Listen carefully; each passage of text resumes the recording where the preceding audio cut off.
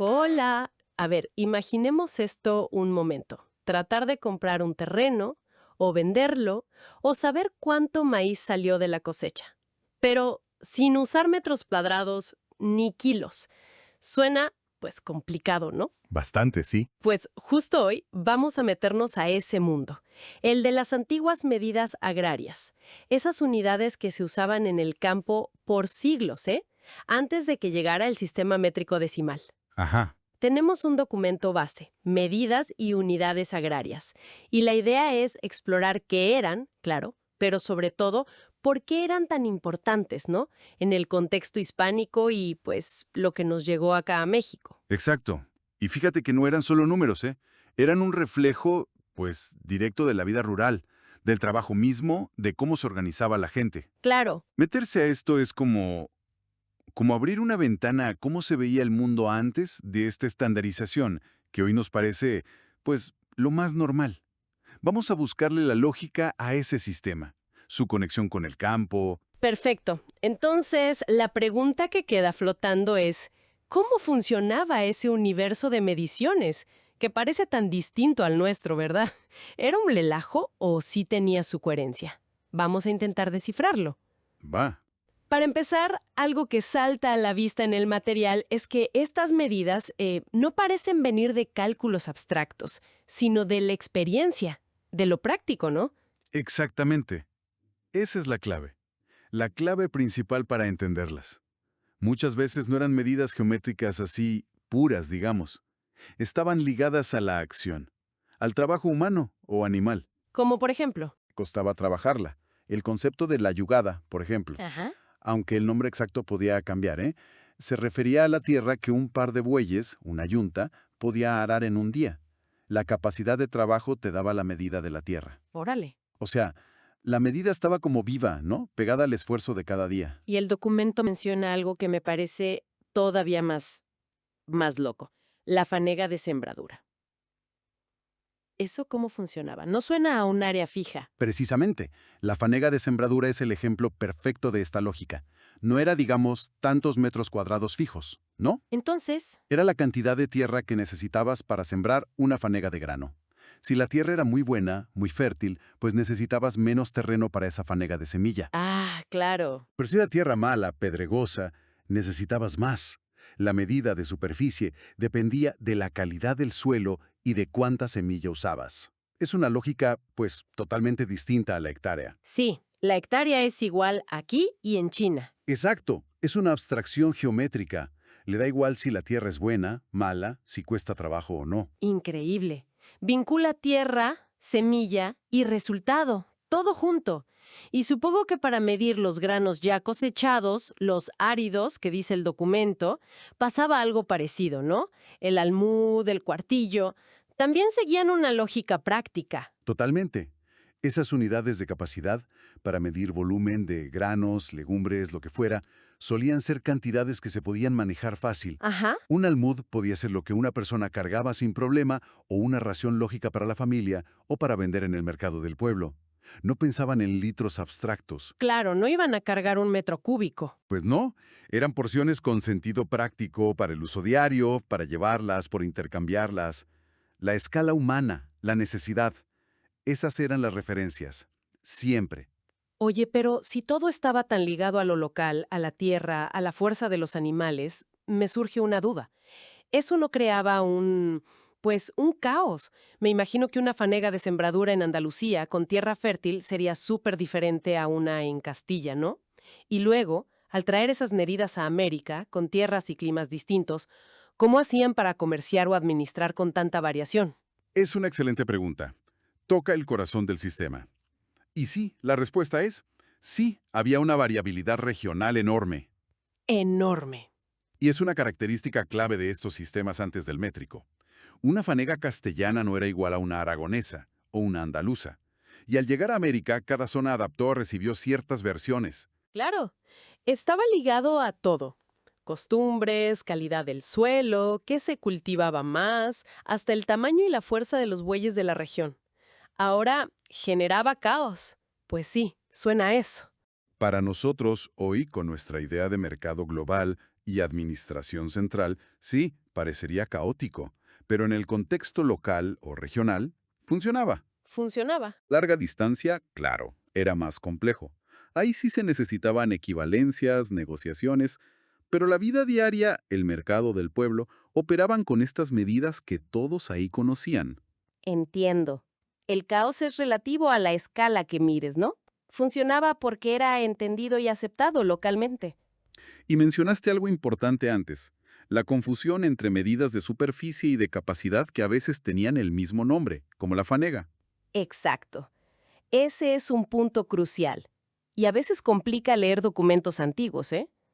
La fanega podía ser una medida de volumen, de capacidad, unos 55 litros y medio en Castilla, pero variaba, para medir granos. Ok, para granos. O podía ser la fanega de sembradura, esa medida de superficie variable que ya dijimos.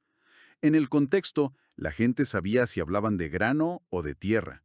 Pero hoy nosotros tenemos que leer con cuidado el documento para entender a qué se refieren. Hay que tener cuidado, sí. La clave es no querer aplicar nuestra necesidad de uniformidad a un sistema que tenía otra lógica, más orgánica, más adaptada al lugar. Queda muy claro. Y ahora, los nombres. Algunos son, de verdad, evocadores.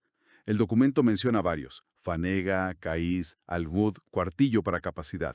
Ajá. Y para tierras, solar, caballería, peonía. El de caballería, pues sugiere algo militar o social, ¿no? Y lo tiene. Directamente. Ahí vemos algo súper interesante, cómo la estructura social, la militar, de la época, se reflejaba en cómo medían y repartían la tierra. A ver. Durante la reconquista en España, y luego el colonizar América, la tierra que se ganaba se repartía entre los que participaban. La caballería era la porción de tierra, pues que se consideraba suficiente para mantener a un soldado a caballo, un caballero, con su caballo, sus armas, su familia, quizá algunos ayudantes. Era una medida de estatus, de capacidad militar. ¡Qué fuerte! La medida de la tierra reflejando el rango militar. ¿Y la peonía entonces? Pues era la contraparte. La peonía era una porción más chica, asignada a un soldado de a pie, un peón. Claro, el peón. Reflejaba un estatus social y militar menor que el del caballero. Así que fíjate, el reparto inicial de tierras en muchos pueblos nuevos ya marcaba una jerarquía social, basada en el mérito o el rango militar. No era solo medir tierra, era asignar un lugar en la nueva sociedad. Cambia la perspectiva por completo. Uno piensa en medir como algo técnico, neutro, pero aquí era fundamentalmente social. Y el solar, ese suena más, a casa. Y lo era. El solar era la unidad básica de terreno en la ciudad o en la villa nueva que se trazaba. El lote para construir la casa de la familia. Y tener un pequeño huerto o un corral. Ah, ok. Representaba el espacio mínimo para asentar a una familia, el núcleo de la nueva comunidad. Entonces ves cómo las medidas iban desde lo básico para vivir, el solar, hasta el sustento de diferentes rangos, peonía, caballería. Y con las medidas de capacidad también había una jerarquía clara, ¿eh? Relaciones definidas, aunque, de nuevo, con sus variaciones regionales. A ver, el caíz era una medida grande. Se usaba para vender al por mayor o para los diezmos de la iglesia. Y solía equivaler a 12 fanegas. 12 fanegas, ok. La fanega, a su vez, era súper común. Y se subdividía. Podía ser en 4 cuartillas o en otros lados, para otros usos, en 12 almudes. Y el almud. El almud era más chiquito, muy usado para vender al menudeo en los mercados. Así que ves un sistema escalonado, desde volúmenes grandes hasta porciones para el día a día. Entonces, aunque variara por región, sí había una estructura, relaciones entre las unidades que la gente manejaba. No era totalmente arbitrario. Se ve un sistema coherente, pero en su propio marco, ¿no? Muy conectado al ciclo agrícola, a lo social, a la escala humana. Lo del solar como espacio básico familiar es una imagen potente. Exacto. Una coherencia basada en la práctica, en la costumbre, no en un patrón abstracto y universal. Bueno, ahora este sistema tan orgánico, dices tú, tan pegado a la tierra, a la sociedad, eventualmente lo reemplazaron. Llegó el sistema métrico decimal. Abstracto, universal, basado en el metro y el kilo. ¿Qué empujó ese cambio tan radical?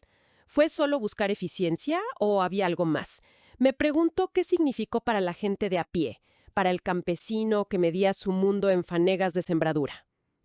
La transición al sistema métrico decimal fue un proceso largo, complicado, se dio sobre todo en el siglo XIX, tanto en España como en México ya independiente, y en casi todo el mundo, de hecho. ¿Y por qué? ¿Qué ideas había detrás? Las raíces vienen de la Ilustración, del pensamiento racionalista, científico, que buscaba orden, universalidad, lógica matemática. Veían los sistemas antiguos como, pues, caóticos, viejos, un estorbo para el progreso. ¿Progreso en qué sentido? ¿Qué ventajas le veían al métrico? Varias. Primero, facilitar el comercio. A gran escala, ¿no? Nacional e internacional. Un sistema único eliminaba confusiones, costos de andar convirtiendo entre medidas de cada región. Claro, más fácil para todos usar lo mismo. Segundo, fortalecer al Estado moderno, para cobrar impuestos parejo, para hacer catastros, para la justicia sobre tierras. Necesitaban un sistema igual en todo el país. Y tercero, la ciencia y la tecnología. Pedían unidades precisas y universales. El metro, que originalmente se definió por una parte del meridiano terrestre, representaba ese ideal, medida objetiva, científica, sin depender de reyes o costumbres. Suena muy lógico, sí, desde la perspectiva del gobierno o del gran comerciante. Pero, me imagino, para la gente del campo, acostumbrada a sus medidas de toda la vida, debió ser un shock, ¿no? ¿Fue fácil imponerlo? ¿Hubo resistencia? ¿Qué va? De fácil no tuvo nada. Fue súper gradual, lleno de dificultades. En muchos lados, la ley imponía el sistema métrico, pero la gente, pues seguía usando las medidas tradicionales en sus tratos diarios, en su forma de pensar la tierra, las cosechas. O sea, la ley por un lado y la gente por otro. Ajá, hubo resistencia pasiva, mucha confusión, y a menudo un periodo larguísimo donde coexistían los dos sistemas. Los papeles oficiales empezaban a usar hectáreas y litros, pero en el mercado local o en contratos entre particulares se seguían mencionando fanegas, almudes, caballerías, a veces poniendo una equivalencia aproximada al métrico. ¡Qué interesante! Una cosa es la ley y otra la práctica social. ¿Y qué implicó esa coexistencia o esa resistencia? ¿Se perdió algo más que en nombres viejos? Plantea una cuestión muy importante, sobre el impacto de estandarizar todo. Por un lado, claro, se ganó eficiencia para algunos, gobierno, gran comercio, ciencia. Sí. Pero por otro lado, se fue perdiendo un conocimiento local muy, muy profundo. Esa conexión íntima entre la medida y la realidad del trabajo, de la tierra, de la comunidad, que tenían unidades como la fanega de sembradura, el sistema métrico al ser tan abstracto como que aplana la visión del territorio, pierde los matices de calidad, de esfuerzo, que las medidas antiguas sí reflejaban. ¿Es verdad? Se podría decir que se ganó en universalidad, pero se perdió especificidad y conexión cultural directa con el campo. Es una tensión fascinante, ¿eh? Ganar universalidad, pero perder esa conexión casi física, de experiencia con lo que mides. La hectárea es igual en todos lados, sí, pero no te dice si esa tierra es fértil o árida, si es fácil o difícil de arar, como si lo hacía la fanega de sembradura. Da que pensar sobre qué valoramos cuando medimos. Exactamente. No fue solo un cambio técnico, fue un cambio conceptual. Ahora, mirando al presente. Oficialmente, estas medidas antiguas ya no se usan, ni en México ni en España, para cosas legales o administrativas. Pero, ¿desaparecieron del todo? ¿Quedan ecos, rastros de ellas en algún lugar? ¿Siguen siendo relevantes de alguna forma? Su relevancia hoy, la principal, sin duda, es histórica. Para cualquiera que trabaje con fuentes del pasado, historiadores, archivistas, genealogistas, hasta abogados que revisan títulos de propiedad muy viejos o pleitos de tierras, Ajá, conocer estas medidas es indispensable. totalmente. Interpretar bien un testamento del siglo XVIII, un registro de diezmos de la parroquia, un documento de reparto de tierras comunales, una pelea por linderos, depende críticamente de entender qué significaba una fanega, una caballería, un solar, un almudo, Ujú. en ese momento y en ese lugar. Claro, un error ahí puede ser garrafal. Imagínate confundir una fanega de capacidad con una de superficie al leer un inventario, o aplicar el valor de una fanega de Castilla a un documento de Michoacán. Sí, ¿Te lleva a conclusiones históricas o legales? totalmente equivocadas sobre la riqueza de alguien, la propiedad, las relaciones sociales. Precisamente. Un ejemplo. Si en un pleito por tierras se discute un terreno descrito en fanegas de sembradura y tú le aplicas un valor fijo en hectáreas sin ver si el documento dice algo de la calidad de la tierra, podrías distorsionar por completo el tamaño real de la disputa. O los derechos originales. El diablo está en los detalles. Y aquí los detalles son esas unidades antiguas. Hay que tener mucho cuidado entonces. Además, aunque ya es más raro, a veces sobreviven en el lenguaje coloquial, sobre todo en zonas rurales. Alguien podría decir todavía, informalmente, tengo como una faneguilla de tierra ahí, para hablar de un terrenito. Sí, he oído cosas así. Y también pueden quedar en la toponimia. Nombres de lugares, parajes, ranchos, ejidos, que hacen referencia a medidas viejas, como las 100 fanegas o la caballería. Ah, claro, en los nombres de lugares. Así que, aunque ya no las usemos para comprar el maíz en el súper, siguen vivas en los documentos que guardan nuestra historia y a veces hasta en los nombres de los lugares donde vivimos. Correcto. Son mucho más que curiosidades del pasado. Son herramientas esenciales para descifrar la economía, la estructura social, la relación con el entorno, incluso la mentalidad de las sociedades que nos precedieron. Nos muestran cómo organizaban su mundo material y social, qué valoraban, cómo interactuaban con sus recursos. Son una ventana a un mundo, con su propia lógica. Entonces, para ir cerrando, lo que hemos visto hoy nos muestra que estas antiguas medidas agrarias eran cualquier cosa menos arbitrarias, no. Estaban súper conectadas con la vida, el trabajo, la geografía, la estructura social de su tiempo. Muy conectadas. Aunque sea un poco, no solo es curiosidad histórica, nos ayuda a comprender mejor cómo se organizaban las sociedades antes de la industrialización, de la estandarización global y la relación tan íntima que tenían con la tierra que trabajaban. Y subraya una idea fundamental: medir nunca es un acto puramente técnico u objetivo, siempre ha sido y sigue siendo un acto profundamente cultural. Cierto. La forma en que una sociedad decide contar, dividir el espacio, el tiempo, el valor, dice muchísimo de cómo ve el mundo, de sus prioridades, de su manera de entender las cosas. Pasar de la fanega de sembradura, ligada al trabajo y a la semilla, a la hectárea, que es como una cuadrícula abstracta, no fue solo un cambio de unidades, fue el reflejo de un cambio mucho más profundo en cómo conceptualizamos la naturaleza y nuestra relación con ella. Eso nos deja con una reflexión interesante para el final, ¿no? Más allá de la agricultura, de las medidas físicas, ¿en qué otras áreas de nuestra vida actual siguen existiendo formas de medir que no son estrictamente numéricas o estandarizadas? Buena pregunta. Pensemos en cómo evaluamos, no sé, el éxito, la confianza, el bienestar, el valor de una amistad. Usamos a menudo escalas más subjetivas, basadas en la experiencia, en la comparación social, en la tradición, más que en indicadores que se puedan contar. Probablemente sí. Y al revés, ¿qué podríamos estar perdiendo en esta búsqueda constante de cuantificarlo todo, de estandarizar cada aspecto de la existencia? Una pregunta que queda abierta para seguirle dando vueltas mucho después de que terminemos aquí. Aprender, disfrutar, ejercitar. Con Memito todo es fácil de lograr. Las matemáticas